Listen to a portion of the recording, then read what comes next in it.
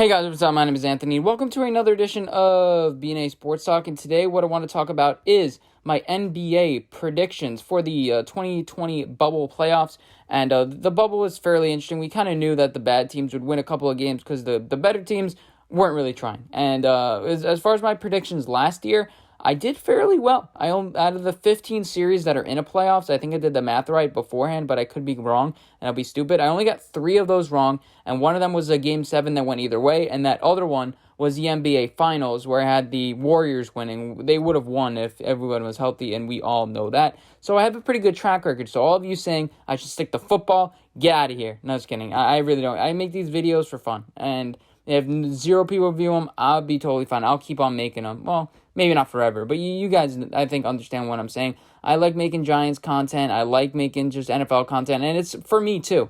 I want to come back and see how I did with these predictions, and I think I'm getting better, because a couple years ago, I was picking, like, the Knicks versus the Nuggets in the finals, and neither of them would make the playoffs. But this year, 14 out of the 16 teams I picked to make the playoffs made the playoffs.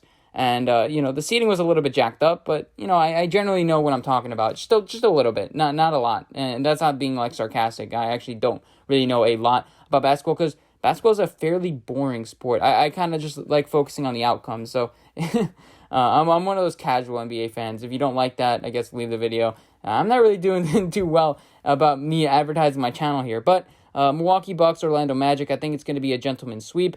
Nothing really to add. I mean, Orlando kind of just squeezed in. They have home court, I guess, because they play in Orlando, but they have no fans. There's really nothing here. I think, Milwaukee is pretty much even odds to sweep. I think Orlando could take a game because of no home field advantage for Milwaukee. Might catch them sleep in one game, but it'd be in Milwaukee's best terms to not get swept, to sweep them, because you know what? It's an extra day's rest. But they've had a lot of rest over the past couple of days. They have been resting, so they may catch a little bit just dry shooting one day. One day Chris Middleton's jumper doesn't go in. One day Giannis doesn't get the foul, calls, and whatever. I'd spent way too much time in analyzing that.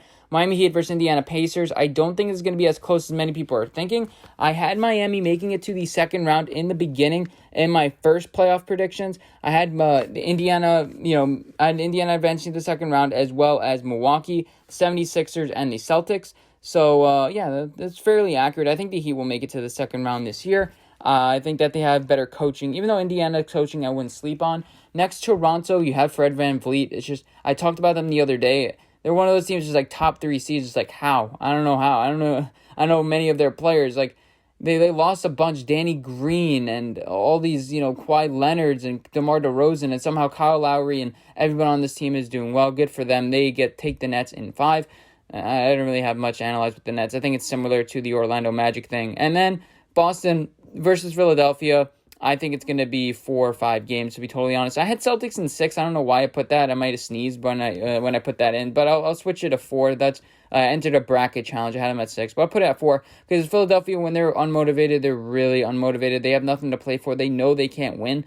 It's either going to be boom or bust. I feel like it's either going to go 4 or go 7. They're going to be like really motivated, be like, it's us against the world, Joel Embiid. It really does depend on his health. But I don't think this team was constructed very well. I said that in the beginning of the year, and I tried to jinx the 76ers in my predictions at the beginning of the year, and ended up not really working out.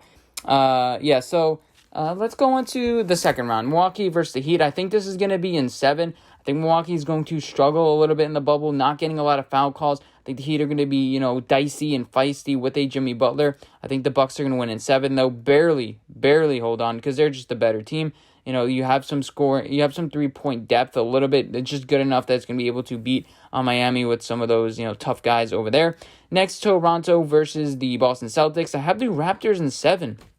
I think Boston could really shine here. This is the series that makes or break them. Marcus Smart, their young core that they've drafted so well. People are talking about, them drafting so many players. Like, they have a spoil of riches and all these things like that. And this is the real series to see whether they can win or not. Now, X's and O's, not really sure about, what makes this team, good or bad. But I think the Toronto Raptors eke it out in 7. And then Milwaukee versus Toronto, Milwaukee wins in 7. So they barely eke their way to the finals. It kind of feels like one of those where they just, drag their way to the finals. And in the beginning of the year, I had Milwaukee in the finals. So let's see on the Western Conference. You have Los Angeles Lakers are supporting Portland Trailblazers. I think the Lakers win in 6. The key is that they just need to get hot shooting. If they get hot shooting, there's no way Portland can stop them.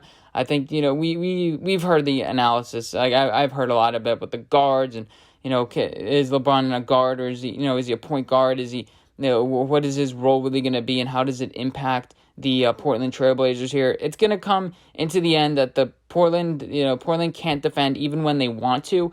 Some teams can defend and turn it on when they want to, like the Clippers, but the Portland, they can't. And Clippers are a naturally good defensive team too. So I think the Lakers win in 6 here. Oklahoma City Thunder versus the Rockets. I think the Rockets eke it out in 7. I think Russell Westbrook is barely healthy enough to go to the end, but Steven Adams can cause a little bit of trouble with rebounding because the Rockets are such a small team. We all heard the analysis. I'm not really adding much here, but I think the Rockets eke it out because it's all or nothing now. They're a high effort team. Oklahoma City Thunder, they're kind of playing what's the right word? They're playing with house money, that kind of thing. I think that's the right saying. But the Rockets win in 7. Los Angeles Clippers versus the Mavericks. It's just a mismatch for the Dallas Mavericks. I think the Clippers win in 5. But, Dallas still be good in a couple years. Do they get Bradley Beal? I'm like, is that really a good decision? How much does he really offer on defense? I'm not too sure. I really don't know. But, that'll be interesting to see where the Dallas Mavericks go from here. I think they need a draft. Their youth movement needs to be a little bit better because, what are you going to have a big 3 and who else is going to be your depth? They don't really have that much depth as far as I know. The Denver Nuggets and the Utah Jazz. I have the Denver Nuggets winning in 6. I think the Denver Nuggets are winning right now. Actually, I'm going to do a quick check so I can change my opinion. No, I'm not really going to change my opinion. It's 59-52 at halftime. I'm picking the Denver Nuggets. I actually picked the Jazz to advance to the second round. I had them at a number 1 seed. That's why I kind of had them in the second round. But the Utah Jazz ended up as a number 6 seed, and the Lakers ended up at number 1 seed, and I had them at a number 6 seed. So it's kind of weird how those things swapped. Then the Lakers versus the Rockets. This is where I really think the Rockets could shine here, but I think that the Lakers win in 6. They have a little destiny. I think it's a little bit of a mismatch. You have Anthony Davis, a big guy. Caldwell Pope. You have Kyle Kuzma. So you're not a horrible team.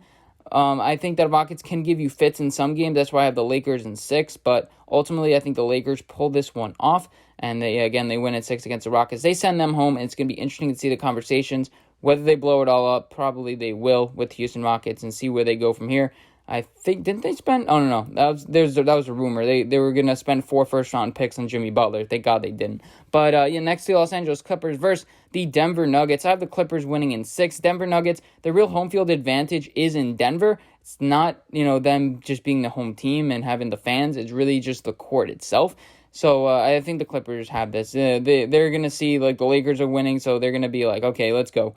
We're mano-y-mano. Kawhi's going to get extra motivated here. He may even have a rest game here. I wouldn't be surprised. It's just Kawhi Leonard's only going to play 20 minutes tonight. I wouldn't be surprised with that. But you have Jokic on Denver, and you have Ball and some young players that are coming up. I just think that the Clippers are going to win with a little bit of experience, but experience matters here off the court, not really on the court. So that could get a little interesting, but I still have the Clippers in 6. And then Los Angeles Lakers versus Clippers in 6. I just think that the Clippers are the better team. We saw that. They weren't really trying against Los Angeles at some games. You could say, you think they're just going to turn it on? Yes. Kawhi Leonard. It's 3 championships with 3 different teams. It could happen, and I think it will. The Clippers versus Milwaukee Bucks. I have the Clippers winning in 6. This is the matchup I had at the beginning of the season. I'm sticking with it.